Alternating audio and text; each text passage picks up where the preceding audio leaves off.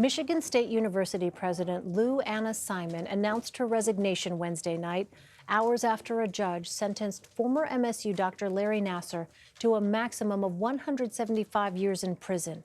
Nassar sexually abused athletes at the school while Simon served as president.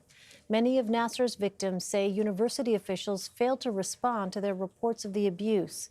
In a letter to the school's board of trustees, Simon wrote, "To the survivors, I can never say enough that I am so sorry that a trusted, renowned physician was really such an evil, evil person who inflicted such harm under the guise of medical treatment." She went on to write, "As tragedies are politicized, blame is inevitable. As president, it is only natural that I am the focus of this anger. I understand, and that is why I have limited my personal statements. Therefore, I am tendering my resignation as president." Earlier on Wednesday, Nassar heard impact statements from more of the girls and women who accused him of sexual abuse. Then the judge handed down his sentence. Dr. John LaPook has more.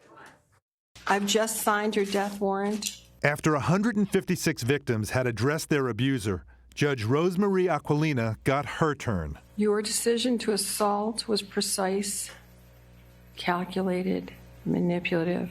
Before Aquilina imposed the sentence, Larry Nassar addressed her and his victims. There are no words that can describe the depth and breadth of how sorry I am for what has occurred. Judge Aquilina did not buy Nassar's apology, reading aloud parts of the letter he had written to her last week. What I did in the state cases was medical, not sexual. The media convinced them that everything I did was wrong and bad. They feel I broke their trust. Hell hath no fury like a woman scorned. The judge told Nassar his treatments were not medical and reminded him he had admitted wrongdoing in his plea deal. Because you are guilty, aren't you? As the procession of victims came to a close, Rachel Denhollander called for the maximum sentence. So I ask, how much is a little girl worth?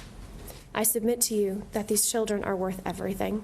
She was the first to publicly accuse Nassar of sexual abuse in a 2016 Indianapolis Star article. You started the tidal wave.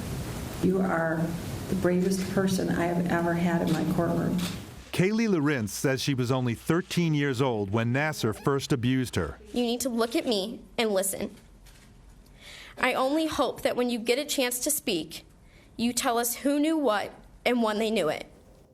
Nassar's abuse did not occur in a vacuum. A culture was in place where children were afraid to say no to a grown-up and where complaints were not taken seriously. As Judge Aquilina said today, there needs to be a massive investigation to find out how this happened. Elaine? Dr. John LaPook, John, thanks.